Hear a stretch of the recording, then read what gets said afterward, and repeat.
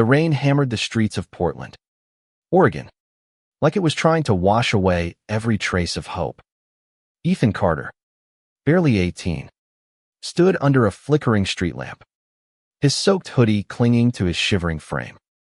Last night, his father's fist had slammed the door shut on his life because Ethan dared to love who he loved. He'd been outed. A single photo, stolen from his phone by his older brother, had unraveled everything. The image of Ethan kissing his boyfriend, Jake, at the school's winter dance was enough for his parents to call him an abomination. "Get out," his mother had hissed, her voice colder than the February rain now drenching him. No warning. No second chances, just a backpack stuffed with a few clothes and the echo of their rejection. He'd wandered all night, the city's pulse indifferent to his breaking heart. By morning, Ethan stumbled into a small cafe called The Haven, its neon sign buzzing faintly. The warmth hit him like a lifeline. He slumped into a corner booth, his last $5 buying a coffee he nursed for hours. The barista, a wiry girl with purple hair, didn't push him to leave, though her glances carried pity. Ethan's eyes burned, not from the rain, but from the weight of being unwanted. He was invisible, a ghost in a city of thousands. Across the cafe, a man watched him. Late 30s, broad shoulders, a faint scar tracing his left cheek. His name was Marcus Reed, though Ethan didn't know that yet. Marcus sipped his black coffee, his gaze steady but not intrusive. He'd seen kids like Ethan before, lost, broken, cast out. Something about Ethan's hunched posture, the way his fingers trembled around the mug, stirred a memory Marcus had buried deep. He'd been that kid once, 20 years ago, thrown out for the same reason, loving a boy. Marcus worked construction now, his hands rough from years of labor. But the Haven was his sanctuary. He came here to escape the noise of his pasta past he didn't talk about. Not the foster homes, not the streets, and definitely not the man who'd saved him only to break him. But Ethan's presence tugged at something raw in Marcus, a wound that never fully healed. He couldn't just sit there. "Hey," Marcus said, sliding into the booth across from Ethan. His voice was low, careful, like he was approaching a startled animal. Ethan flinched, his green eyes wary. "You look like you've had a rough night." Ethan didn't respond at first. Trust was a luxury he couldn't afford. But Marcus's face wasn't judgmental, just present. "I'm fine," Ethan muttered, though his cracked voice betrayed him. "You're not," Marcus said plainly. "And you don't have to be. Not here." He pushed a plate of untouched toast toward Ethan. "Eat something. It's on me." Ethan hesitated, hunger battling pride. He took the toast, tearing off a small piece. "Why do you care?" he asked, barely audible. Marcus leaned back, his eyes distant. "Because I've been where you are. And someone helped me once." He didn't elaborate, and Ethan didn't ask. But in that moment, a fragile thread of connection formed, one that would change them both. The cafe hummed with quiet life students typing on laptops, an old man reading a newspaper, the barista wiping down counters. Ethan ate slowly, each bite a small rebellion against despair. Marcus watched, wrestling with a decision. He could walk away, let this kid be someone else's problem. But the memory of his own hunger, his own nights under bridges, wouldn't let him. "Where you staying tonight?" Marcus asked, though he already knew the answer. Ethan's jaw tightened. "I'll figure it out." Marcus nodded, like he respected the lie. "There's a shelter 2 blocks over. It's not much, but it's dry. I can walk you there." Ethan's eyes narrowed. "I don't know you." "Fair," Marcus said, raising his hands. "Name's Marcus. I'm just a guy who knows what it's like to have nowhere to go." He pulled a napkin from the dispenser and scribbled an address. "This is the shelter. If you change your mind, it's there." Ethan took the napkin, his fingers brushing Marcus's. It was the first human contact he'd had since his father's shove. He stuffed the napkin in his pocket, unsure why he didn't throw it away. As Marcus stood to leave, Ethan's voice stopped him. "Why are you doing this?" Marcus paused, his back to Ethan. "Because no one should be alone when the world turns its back on you." He walked out into the rain, leaving Ethan with the napkin, the toast, and a flicker of something he hadn't felt in days: hope. That night, Ethan didn't go to the shelter. Pride, fear, or some mix of both kept him on the streets. He curled up in an alley, using his backpack as a pillow, the napkin clutched in his hand. The city's pulse was crueler at night, but Marcus's words echoed, a faint anchor in the storm. The next morning, Ethan returned to the haven, drawn by the promise of warmth and the ghost of Marcus's kindness. His body ached from the alley's concrete, his eyes heavy with sleeplessness. The cafe was quieter today. The baristajo's name tag read, Lila, giving him a nod as he slid into the same booth. He didn't have money for coffee this time. He just needed somewhere to exist without being shooed away. Lila, sensing his hesitation, brought him a glass of water. "On the house," she said with a small smile. Ethan nodded, too tired to argue. Marcus showed up an hour later, his work boots leaving faint mud prints on the floor. He spotted Ethan immediately and slid into the booth without asking. "You didn't go to the shelter," he said, not accusing, just stating. Ethan shrugged, staring at the water. Didn't feel right. Marcus studied him, noting the dark circles under his eyes, the way his hands fidgeted. "You can't keep sleeping outside. It'll break you." Ethan's laugh was bitter, already broken. Marcus leaned forward, his voice firm but kind. "You're not. Not yet. But the street has a way of grinding down even the strongest." He paused, weighing his next words. "I've got a couch. It's not much, but it's yours if you want it. Just for a night or two, till you figure things out." Ethan's head snapped up, suspicion flaring. "Why would you do that? You don't know me." Marcus's jaw tightened, a shadow crossing his face. "I know enough. I know what it's like to be kicked out for who you are. My folks did the same when I was your age. I survived because someone gave me a chance. I'm paying it forward." Ethan wanted to argue, to push back, but exhaustion dulled his defenses. The idea of a couch, even a stranger's, was a lifeline he couldn't ignore. "Okay," he said finally. "Just one night." Marcus's apartment was a small, cluttered space above a hardware store. The walls were bare except for a single framed photo of a younger Marcus with a man Ethan didn't recognize, both smiling in a way Marcus didn't anymore. The couch was worn but clean, and Marcus handed Ethan a blanket without fanfare. "Bathroom's down the hall. There's food in the fridge. Help yourself." Ethan nodded, clutching the blanket like it was a contract. He didn't sleep much that night, too aware of the strangeness of being in someone else's home. But the couch was soft, and the absence of rain was a small miracle.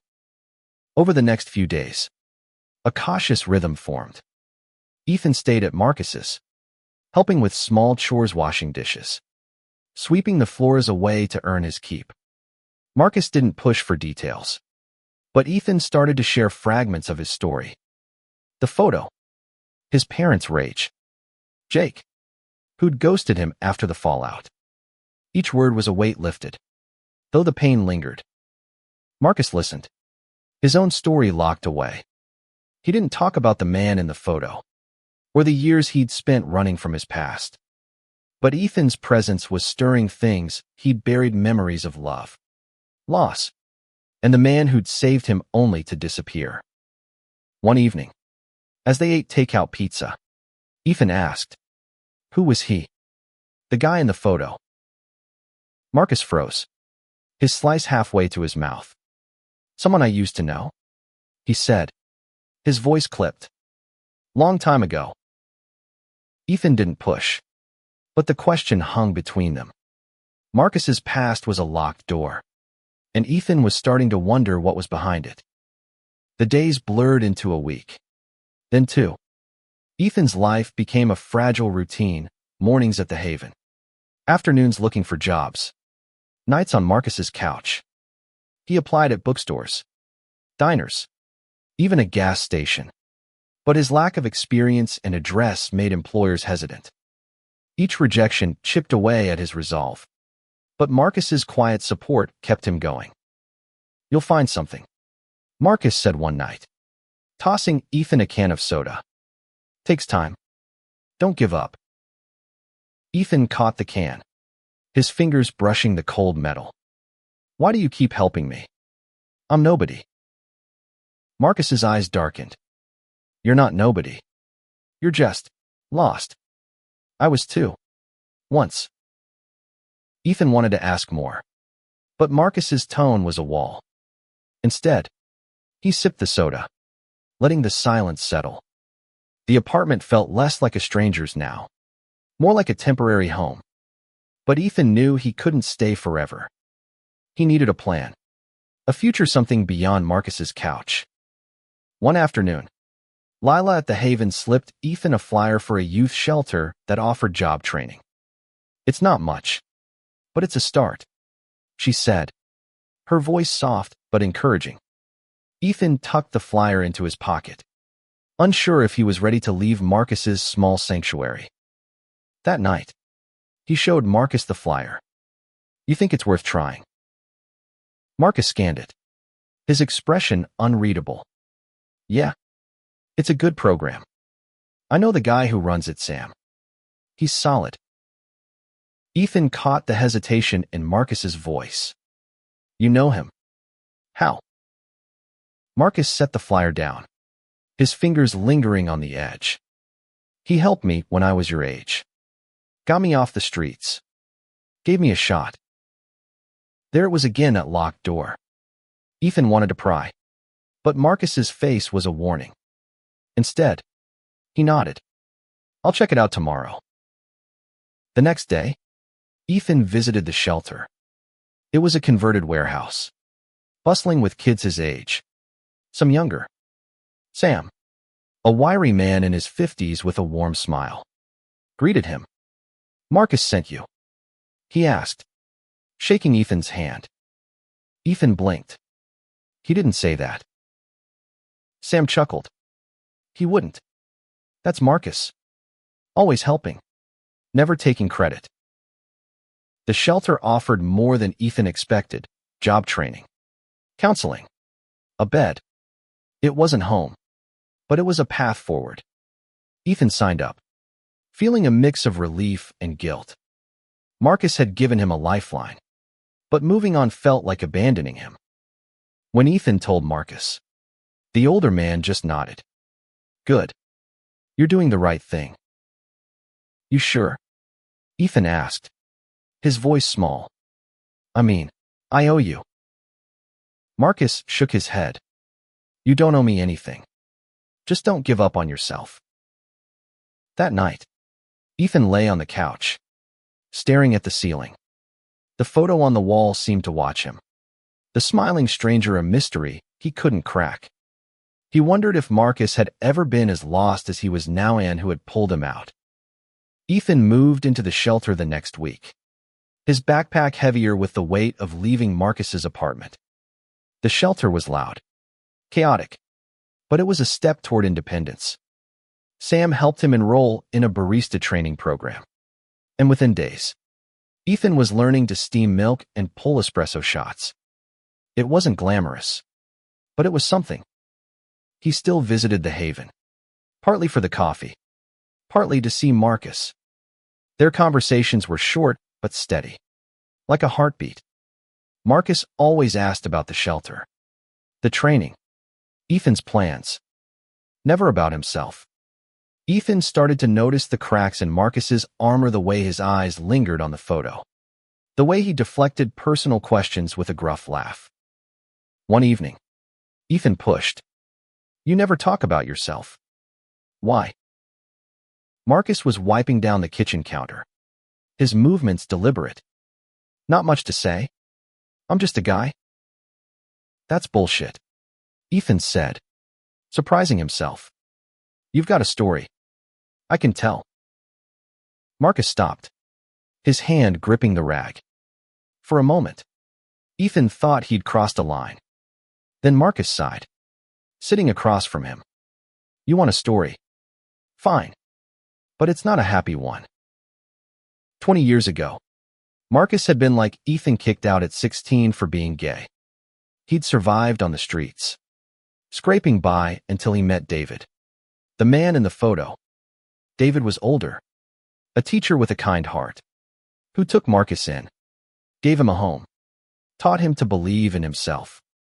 They fell in love, a quiet, fierce love that Marcus thought would last forever. Then what happened? Ethan asked, his voice barely a whisper. Marcus's jaw clenched. He left. Said he couldn't handle the pressure, his job, his family, the world. He just walked away. I never saw him again. The words hung heavy, filling the room with ghosts.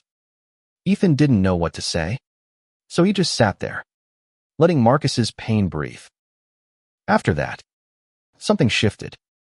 Marcus was still gruff, still guarded, but he started sharing more small things, like his love for old jazz records or the way he'd taught himself to cook. Ethan soaked it up, piecing together the man behind the scar. Meanwhile, Ethan's life at the shelter was taking shape. He landed a part-time job at a coffee shop across town. His first paycheck a small victory. He texted Marcus a photo of his first tip jar, stuffed with crumpled bills. Marcus replied with a thumbs-up emoji, and Ethan grinned, feeling a warmth he hadn't known in months. But the past wasn't done with either of them. One night, Ethan got a text from Jake, his ex. "I'm sorry." It read, "Can we talk?" Ethan's heart lurched. He hadn't heard from Jake since the night his world collapsed.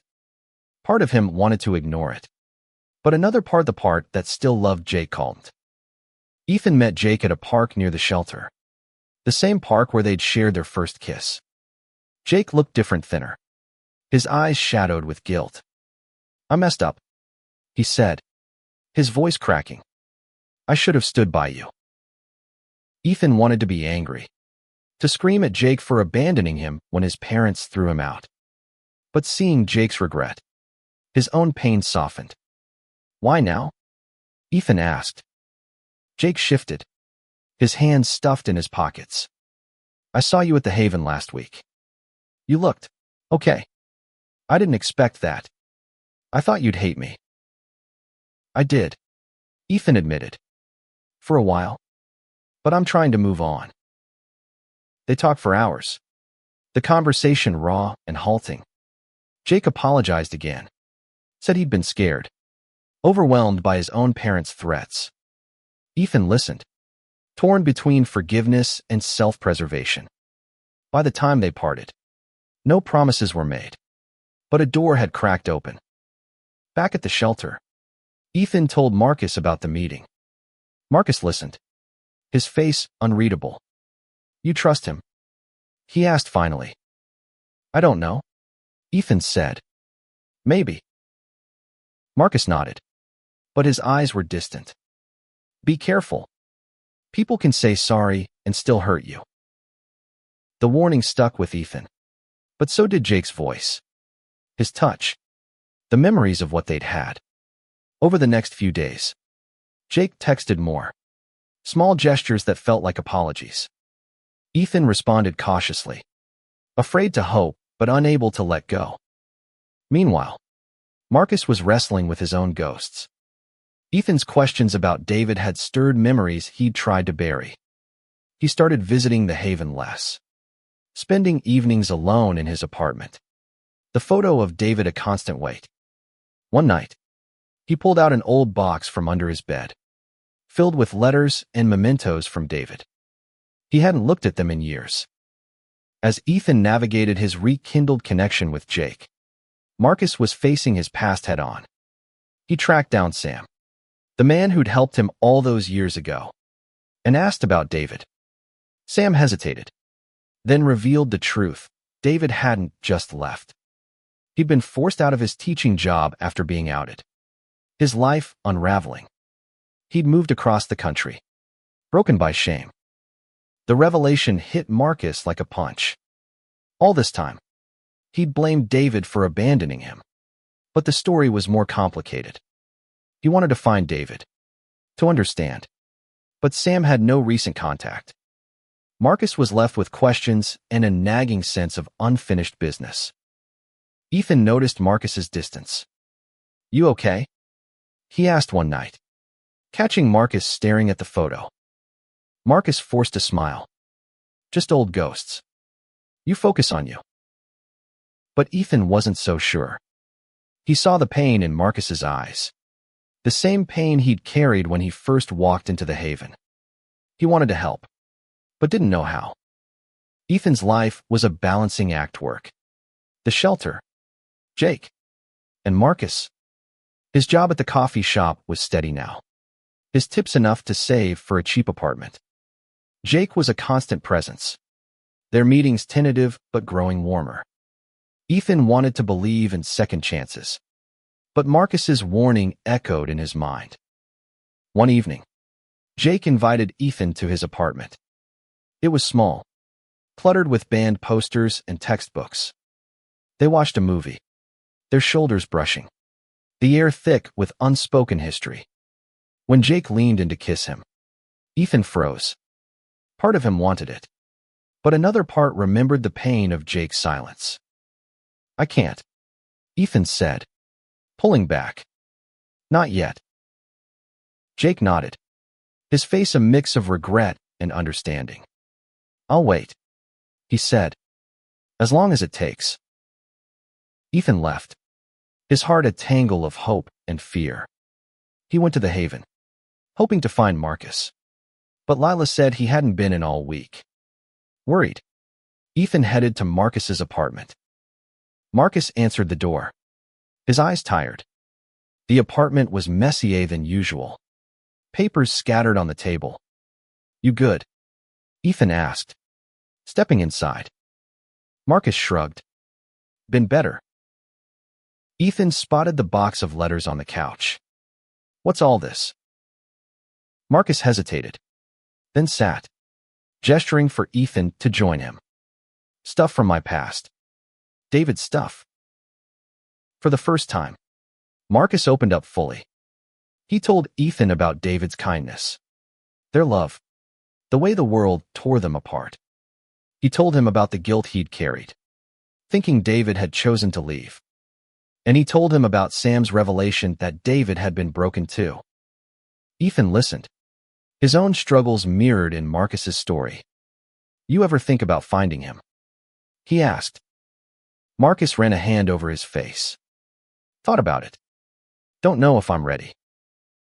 Ethan didn't push, but he felt a shift. Marcus had saved him, given him a chance when no one else would. Now, Ethan wanted to return the favor. He started asking around at the shelter, using Sam's connections to track down David. It was a long shot, but Ethan owed Marcus that much. Days later, Sam called with a lead. David was in Seattle, working at a community center. Ethan told Marcus, expecting resistance. But Marcus just nodded. "I'll think about it," he said, his voice softer than usual. Ethan's own life was moving forward. He and Jake were talking more, rebuilding trust one conversation at a time. But Marcus's story stayed with him, a reminder that love could be both a lifeline and a wound. Marcus made the decision on a rainy Tuesday. He booked a bus ticket to Seattle, his hands shaking as he packed a small bag. Ethan insisted on going with him, claiming he needed a break from Portland. Marcus didn't argue, was grateful for the company. The bus ride was quiet, the hum of the engine filling the gaps in their conversation. Ethan watched Marcus, noting the tension in his shoulders, the way he clutched the old letter from David. Ethan didn't know what they'd find in Seattle, but he knew Marcus needed closure, just as he'd needed a couch months ago. In Seattle, they found the community center, a brick building bustling with activity. David was there, older now, his hair streaked with gray. He froze when he saw Marcus, his eyes wide with recognition. "Marcus," David said, his voice a whisper. They talked for hours, first in the center's small office, then at a nearby diner. Ethan stayed back, giving them space. Marcus told David about the years since they'd parted, the anger, the survival, the way he'd tried to forget. David listened, his own story spilling out, the job loss, the shame, the years of rebuilding. "I never stopped loving you," David said, his voice breaking. "I just didn't know how to stay." Marcus didn't forgive him. Not fully, but he listened. And that was enough for now. When they parted, there was no promise of reconciliation, but there was understanding, a weight lifted. Back in Portland, Ethan felt the shift in Marcus. He was quieter, but lighter, like a man who'd faced his ghosts and survived. Ethan, too, was changing. His job was stable, and he'd found a cheap studio apartment to move into. Jake was still there, patient, and Ethan was starting to believe in second chances. One night, at the Haven, Ethan and Marcus sat in their usual booth. Lila brought them coffee, her smile warm. "You two look like you've been through it," she said. Marcus chuckled, a rare sound. "You have no idea." Ethan raised his mug. "To surviving." Marcus clinked his mug against Ethan's. "To more than that." Months later, Ethan stood in his new apartment, a small space with mismatched furniture and a view of the city's skyline. It wasn't much, but it was his. He'd invited Marcus and Lila over for a makeshift housewarming, the table covered with takeout containers and cheap wine. Lila raised her glass to Ethan, who went from homeless to homeowner. "Not quite," Ethan laughed, but his chest swelled with pride. He'd come a long way from that rainy night under the street lamp. Marcus was quieter, but his smile was genuine. He'd started visiting David in Seattle, their connection fragile but growing. Ethan had Jake now, their relationship rebuilt on trust and time. The pain of his parents' rejection hadn't vanished, but it no longer defined him. As the night wound down, Marcus pulled Ethan aside. "I'm proud of you," he said, his voice steady. "You didn't let the world break you." Ethan's throat tightened. "I had help." Marcus shook his head. "You did the hard part. I just gave you a couch." They stood in silence, the city's hum a soft backdrop. Ethan thought about the napkin Marcus had given him that first day, the shelter address scrawled in hasty pen. He still had it, tucked in a drawer, a reminder of the stranger who'd seen him when no one else did. The Haven remained their anchor. Ethan worked there now, pulling shifts between his other job. Marcus came in most mornings, his coffee order unchanged. Lila teased them both, calling them the cafe's unofficial mascots. One evening, as they closed up, Ethan looked at Marcus. "You ever think about what would have happened if you hadn't sat down in my booth that day?" Marcus shrugged, but his eyes were warm. "Doesn't matter. I did." And that was enough. They'd both been thrown out, both been homeless in their own way, but in a small cafe, in the heart of a city that didn't care. They'd found shelter not just in a place, but in each other. The rain fell outside, softer now, like it was finally letting go. Ethan locked the cafe door, Marcus at his side, and they stepped into the night together. No longer lost,